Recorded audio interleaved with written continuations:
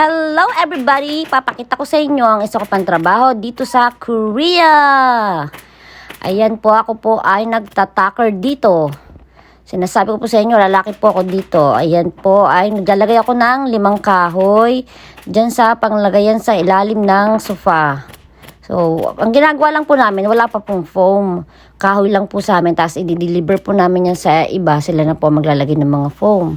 So, ayan po, gumagawa ako ng paraan kung saan ako makakapag-tacking ng hindi masyado masakit sa ano. Kasi mabigat po yung hawak ko na yan eh. Mas madali po kasi igamitin niya ng pag-ganon yun. Patutok lang, hindi yung buhat-buhat ko siya ng patagilid.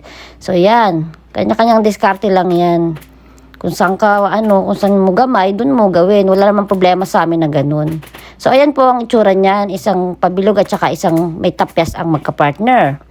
Ito yung pangalawa kong ginagawa na nag-video ako. Ayan, nagmamagaling pa ako sa video na tingnan nyo, galing-galing ko.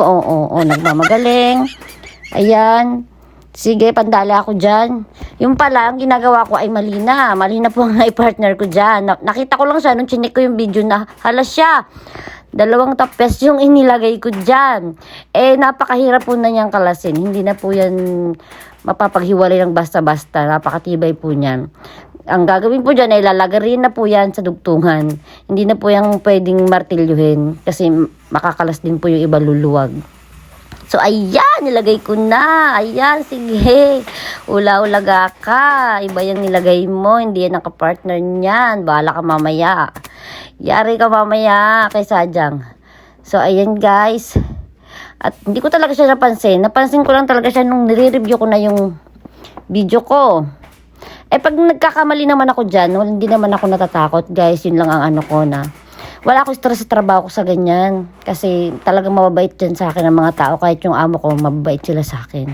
So, ayan 2 tapos pinag-partner ko. Hala!